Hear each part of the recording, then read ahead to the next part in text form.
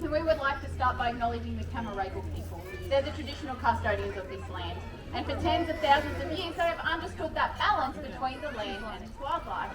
And here at Taronga, we're very proud to try following their footsteps as shared custodians for the wild. That's right. No matter where you're from or where you live, every day there are opportunities to see and connect with the remarkable birds found all around us. And all you have to do is look up. That's it, right. Thanks so much, Megan. And before we start with our next bird, inside I just realised I left its food on the box. So I'll just get them to bring it out to me before I can carry on with the challenge. Great, isn't it?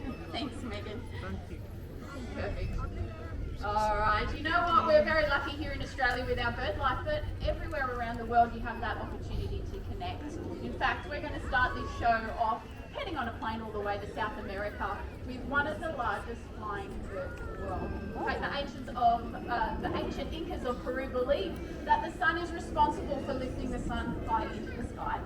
Well, that bird is the Indian condor. Cast your eyes above your heads and you can meet Kinera. Welcome to stage. Now, being a scavenger, she does an amazing part out in the environment because she helps keep things nice, clean and disease-free. Now, you might have also noticed that Kinera's got very little feathers on her head. She looks practically bald. But it's important because being a vulture, being a scavenger can be an extremely messy job. They can cover themselves in group and grime. So having a practically bald head means that they stay nice, clean and safe themselves. Now, unfortunately, over the last 10 years, some vulture species have declined by about 99%. 99% they're disappearing, and that means anthrax and rabies are spreading into human population because these birds aren't there to do their job. Well done, Kinera. Thank you. Yeah, we really do need to make sure that we protect them now before they just disappear. You know, we don't have vultures in Australia, but we do have other birds that do play a very similar role. A lot of our ravens, even our raptors, they will do the same kind of job. But they've also discovered different techniques on how to get into different foods, just like the stick shell of an emu egg. And in fact, our third largest hawk here in Australia, named the black-breasted buzzard, has really come up with a great way of getting inside this stick shell. Now, you would normally find a black-breasted buzzard flying around Sydney. This is a type of bird that you will see flying around places like Central Australia, because that's where you're going to get a lot of the daddy emus, which are sitting on the eggs and incubating them. Now, once it's ready and they start hatching, every now and then one doesn't hatch, and a bird like this will come on down to claim its prize.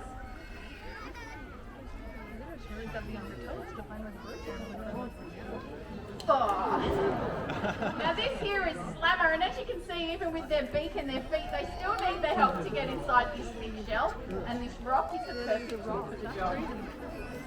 Now we didn't have to train Slammer to do this. This is instinct. They hatched out of their egg. Well done, with their own instincts inside. Nice. Now you can see they've made a bit of a hole, and that's where the beak and the feet can come in handy as well to be able to pry that shell apart and be able to claim that prize inside. Just have to work it. There we go. Good job there. Well done. Kinder surprise. Yeah, you did a great job. Now we do tend to associate tool use with humans and even other primates, so it's really exciting to see them achieve their goal. You know, perhaps we've got more in common with birds than we originally thought.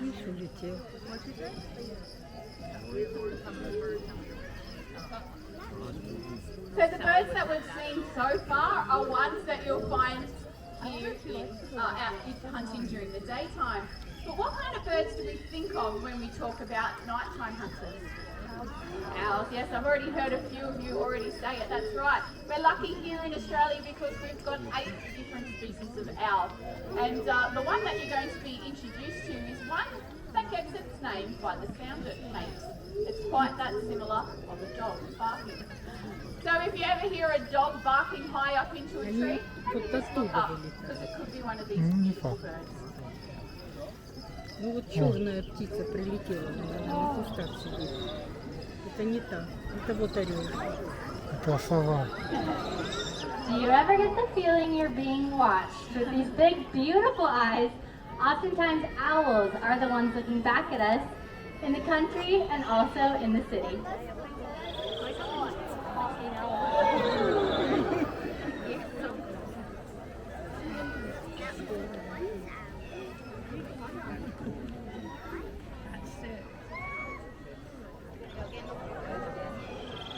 Heads up. Oh, not for 360.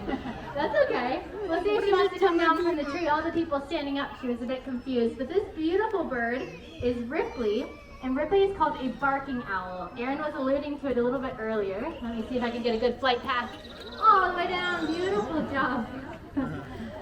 Now they do make a barking noise, but these birds also will hunt during the day.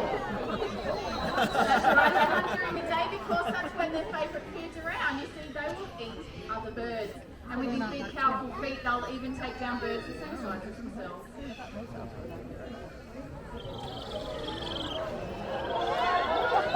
That's right. We think of owls as nighttime hunters, but in fact, half of the world's population of owls does hunt during the day, which is called diurnal. Speed bump. That's right, when the sun does go down, these owls will also look on things like rats and mice, but even a possum before returning to a safe branch to rest.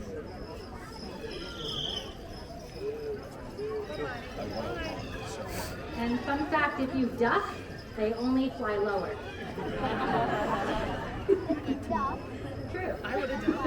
Now we're very thankful to have owls in our environment, right? They're doing us a lot of benefit because they're helping to clean up introduced pests, which actually harm a lot of the native wildlife. Things like rats and mice oftentimes will scurry into a bird's nest and steal their eggs, sometimes even their chicks. And we used to have a really bad rat problem here. Okay, you heard about it. Вот всё. Thank goodness. It always makes it so awkward when people don't know what I'm talking about. The rats are everywhere, right? Especially during COVID, you're right, 2020, crazy year. What are you saying? Rats. Yeah, don't worry, that rat problem is behind us. Она говорит, типа, проблемы с крысами позади. Y'all get really squirrely too. Ну, это типа... But, like I was saying, owls are very beneficial to be in our Мы решили environment. проблему с One крысами, owl они alone can eat about 1,000 mice, and 2 owls raising babies of their own can eat 3,000 mice or more. So that definitely does make them one of the most beneficial neighbors we could ever hope for. Definitely. You know, you don't really have to travel far at all to get a connection with a lot of these birds. In fact, the next bird that we're going to meet pretty much did all of the travelling for us. It boarded on boats alongside of people many years ago and was really able to give us that everyday connection. Now, I'd be surprised if a lot of people don't know this particular bird, but it's the chicken.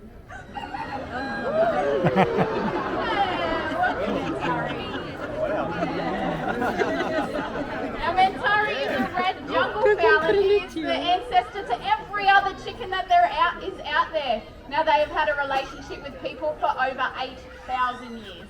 They have been part of our religions, our culture. You know what? They've even been a part of our everyday language. That's right. So whether you've heard the saying, putting all your eggs into one basket, ruling the roost, or even potentially being a mother hen, chickens have undoubtedly had one of the longest connections with people and culture all around the world. And they are one of our many livestock as well. And they outnumber people 6 to 1. Wow. So yes, there's a lot out there. Thanks, Mentari. Chickens, everybody. Куриц в мире 6 раз больше, чем Now we are an людей. extremely lucky country again when it comes to our bird life. With over 800 different types of birds that call Australia home. And just over 50 of them happen to be our parrots, and that's where we get the nickname, the land of the parrots. And all you have to do is step inside your own backyard to be able to see that beauty that truly is all about us.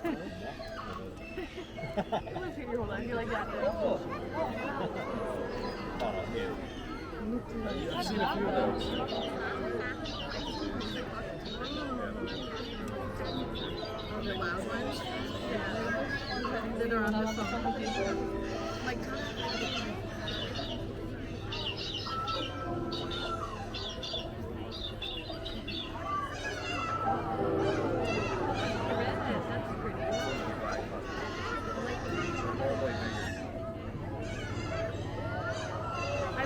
Now, as we're expanding our towns and our cities, we're making a lot of changes to the wildlife and, of course, their landscapes, making a lot of impacts. And unfortunately, not all species are able to adapt to this. I would really prefer if she didn't do that.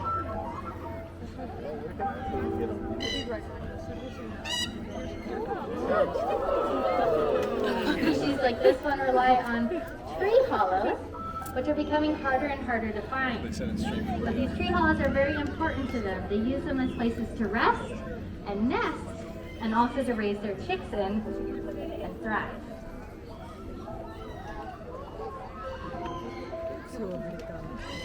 Now Geary here, he is a male red-tailed cockatoo, and you can tell he's a male because he's pitch black with that stunning red tail.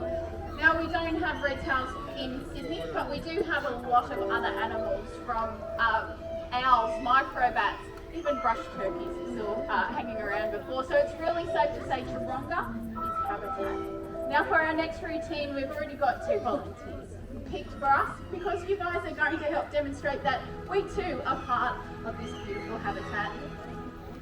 Now in a second we're going to be joined over with Megan. There's going to be 2 female red-tailed cockatoos. We've got Trachea and Monococa. Thank you. Now they are female, so you can tell that they're female because they're covered in those beautiful yellow dots as well. Them and the juvenile males. Ну, какаду, да. Making a beautiful tree over there.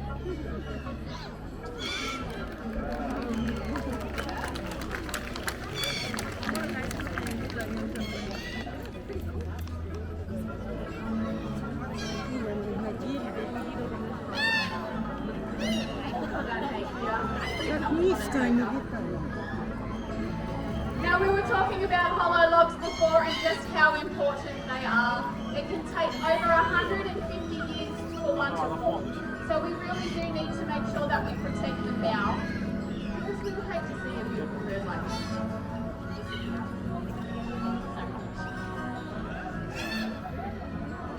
You'll also notice our volunteers are getting a close look at how messy of eaters these birds can be. That also helps the environment, because all the seeds that they're dropping actually helps that forest to restore. And like Erin said, if we don't all have that 150-year-old tree in our backyard, there are still things that we can do to help. Wow, that's well done, girls. Well, thank you so much to all of our volunteers. If you'd like to give them a big clap, they really did a wonderful job with our birds. Now, installing a hollow log, that's definitely a take-home action, but if you want to do something right here, right now, you have that opportunity. We've introduced this donation box to our show where at the moment we're trying to help the Regent Honeyeater. Now this is a bird that's nearly, that was over 10,000 of them. Now there's less than 300. So Taronga has been breeding and releasing them and also restoring their habitat. If you're interested, come on down. If you happen to spend $5 or more, you'll also take home a really cool badge just to say thank you. That's right, it really is with your support that we see a bright future, where our skies and your backyards are filled with birds for many years to come, and it all starts by simply looking up. Here they come. Pause for dramatic effect.